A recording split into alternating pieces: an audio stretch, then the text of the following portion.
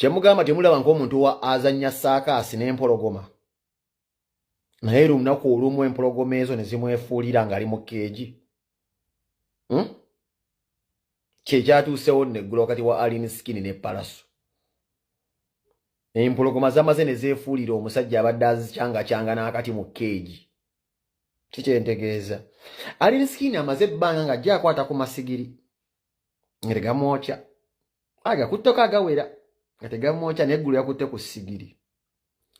Era mbadde nsaba Uganda Police temwefuula nti nno bino mubiyingiramu. Kubira Alin Skin azayina ebintu byakola nga mwefuula tabiraba. Ebitongole ebitwala arts ne talenti sonyo leaders nga ba Eddie Kenzo fina mugera tembiyingiramu. Temubiyingiramu Alin Skin azakola n'ebisinga weebe ne Pallaso nenga mwefuula tabiraba kati namwe musirike. Ba motivational speaker nga fa abaze babulirira omwana oyo era batugambye mubulira ngani bebe sigo omuzara kati nafe ntegeera nti nno omwana wabata nafiirwa abazadde be kitegeeza be bamulinako obuvunaanyizibwa ne mukazi we n'abaana nafe tumwesonyiwa tumula dunia wane tumulekera ensi yebeemukolako ate munnange bucha ekintu ekisinga okuba ekyettabbu mu nsi muno kwekewa tayito zotasobola kudifendinga. Nembajulizi mulimu abattibwa lw'amannya naye nga bandisonyiyibbwa. Amannya nga buuza abali awo. Mwanga akubuuza abali awo mbuli erinnya lyo. Munnoowa Mawaggali ku Mwanga. N'akuwulira nti n'erinnya weeyita Mawaggali. Bazekketta ewa Mwanga gozokketta abamu baayokya lwakumanya ge baalina. Naye ekyali Skin kyampadde eky'okuyigga nti tayitero yali balwanire ya mafia boss mafia omutuufu ya. Ne munnanga tenze mafia omutuufu mba mumanyi okusinziira ku ngeri bonna gye bazze boolesaamu obukambwe bwabwe n'ekibalaga nti nno bamafumbi. Omu yatundako ku kokayina nga we nabagamba mu kavidiyo kange mu Amerika. Ebbanga lyo bamusiba kuba nti natunda kokayini.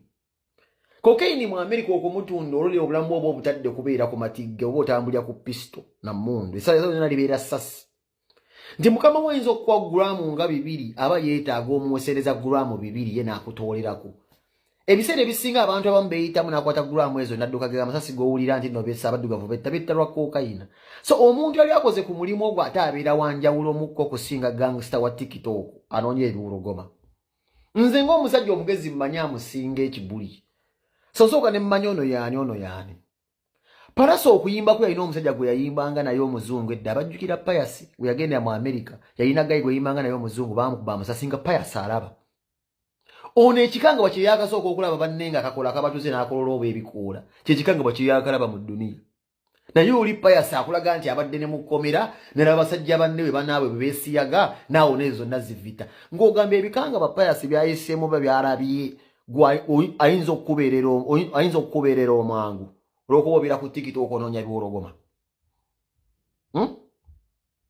Champion Saba afande mudogo bannange buli waafuuse buwundo bwabadde mu siiringi eyo nga bukutte bumiimye buti. Champion Saba sibanya afande mudogo sibanyi Kerementi obwo bwanti bwakutte zisiiringi ne bwenyweza buti ne bubanga bannange bwanywezezza buti. Ng'okuyingira obuyingizi gye bamugamba ali mu siiringi bannange oba omusi. Munnange nabo bali ku musaala bagandi. Kale kye neewuunya towakyo ofiriminga oyita poliisi ng'oli mafiya. Otegedde kye bayita omusajja okujoogera ewuwo. Ye peri yayogera oteeka ku bawagizi bakyagulanyi nti ogenda ofuuyirewo biranje ewaabwe ku kitebe naye gwe olabye kye bayita omusajja okukubira mu geemu yo n'akuluma nga n'ennyoka ali mu nnyumba n'abaana bo. Omusajja najja n'ayasa ennyumba omusajja obusuubu yamalidde ku obumotoka abakukwatako lasita naye naawe mbategedde eggulo nti oyagala nnyo obulamu mbadde njagala ofulume mafiya boosi va kubeera gangsta wa TikTok wandifulumi abasajja gye balyonoonye manyi ge batadde ku mmotoka wanditaddeyo omubi ne basampioni sababo simanya afande mudogo babuwundo babatimeni bakutta tofirimingira mu ndabirwa tokubira ate bayo okubira afande nalumana mb'omwewaze wanya omwinfo don't inform anyone mafia takola ebyo tulage nti goli mubi wazalibwa kutulumya mitwe genda Payasi ono mwe mwamusookereza nalabye akatambi Pallaso omusajja watunga ayimba n'oleeta emmotoka mb'ogiteeke mu bantu wakati naawe okole stage eyiyo. Pallaso yamalaze omulimu gwe nti agwagala anoonya mata g'abaana. So teyagisazizzaamu. Yayimbye mpaka ku lasiti n'asigalawo ng'ayimba.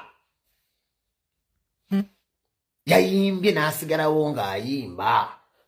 Era n'agalaga nti nno gwe wadde oli mu kudistracting abawagizi be ngenda kuyimba. Kye mwakola mu kitonde ekikyala kye bayita Jasmine ne mulowalinga self-esteem ye bambi era nakyala n'ava ku stage nga yeebwalabwala bambi n'agenda ng'aswadde.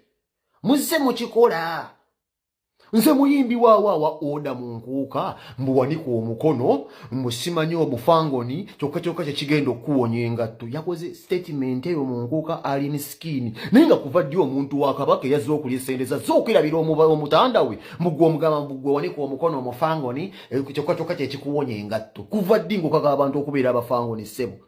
Abantu bayimba mbateddemu bifulaga. Ffe bifulaga twabirabadde abajjebbi bawubye zifulaga. Firebase yalina zifulaga bane bakowa n'emikono fulaga zibatambuza ebula. Ffe bifulaga twabirabadde byoteeka abantu mu maaso mbotekeyo fulaga bwemuyina amaanyi nedda ssebo bwemuyina byakkola. Ekyasinza okunkwasa ennaku maama wo yagadde okgenda bambi ofuuyisa. Yabadde alina kubeera nga bambi yeyambira mu poti y'omwana wo omuto. Bafande mudogo bonna bakojoyo ng'abasajja bali bweru, abasajja bangwaŋŋuli, ng'obukolwa buli ebweru. Lasita olabe ennyumba we yakufundiridde. Ate nnago gakyalimu abagero ojja kugwa ku mulala ajja kuba akeera kyakkola. Ffe twakuta tulaga obwa maafiya bo. Ffe twakuta naye lasita ekisinga okunsesa ali ye ntinjagala ekyeronsomeseemu. Waki wabadde ofiriminga ng'ate olwopera ffe aba ku TikTok. Saakutegedde genda bugenzi mundu omusajja omwennange n'abasajja mubakuba engatto. Abasajja bundo bwakutte embuto ne zibuluma. Jjukira bwabadde bwalidde ebikoola kati ebikoola nga bibusibye balina okukka wansi okunoonya bigigi n'amazzi ne Buganda Walagi baabulese mu luggya. Abasajja bazze embuto ne ziruma bali. Waliwo no gwempulira gwe bayita Juliyo ate mulabe simanyi atutte omwana asabye omutwe baaga okubye. Ate Juliyo gwe bajja gwe bawana nti ate wakali ne Juliyo ali amagamaga mazimazi bagamba mu WSFC. Olabye abasajja. Ogamba abasajja bajje ku kitebe waliwo eyakulumbye nno woosula nga n'ennyoko mwali bambi aluka mikeeka. Olubuto kalume maama bannange kapame mu poti y'omuzzukulu bafane mudogo leo baagala gikozesa ate waliwo oli bannange amazine gawunyirira ennyumba ng'abasajja babagambye mu fulumi bulingi swanyi 99 bulingi 99 ate 99 yaki gugenze mu show y'omusajja n'otiikayo sebiva kolyo musse mubikola. Nze natidde Bebekulu natandise okubeera ng'atambula n'abavubuka abo. Bebekulu gwe mbadde manyi atambula n'emmundu n'omusajja professional bouncer Cobra. Ate munkulabe naye bosonyi ba champion Shaba.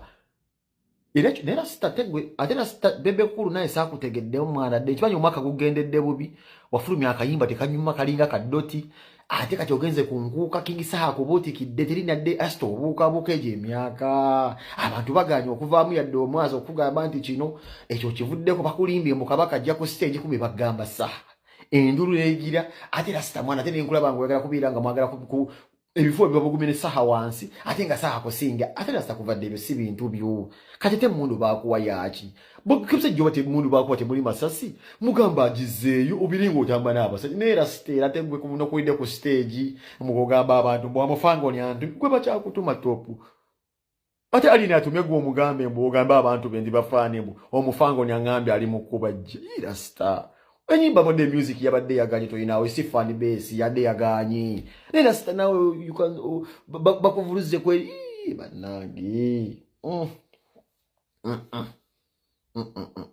nenga obukolwa bwo bwafuuse obukolwa abasajja ne bafuuka obuwundo bwekutte waggulu ne busirika oyagala obulamu papa oddangayo taito ezo zidifendingi. Ekigambo taito kikulu wetuuma erinnya ly'omukugu nze neeyita Lucifer nesobola kugenda bayitayo batya wakafere wabeera abasezi nange ntya omusezi ntya n'omulamu naye neeyita Lucifer naye nange nina bye ntya taito ozimanyi zetuyiwa ziri fendingi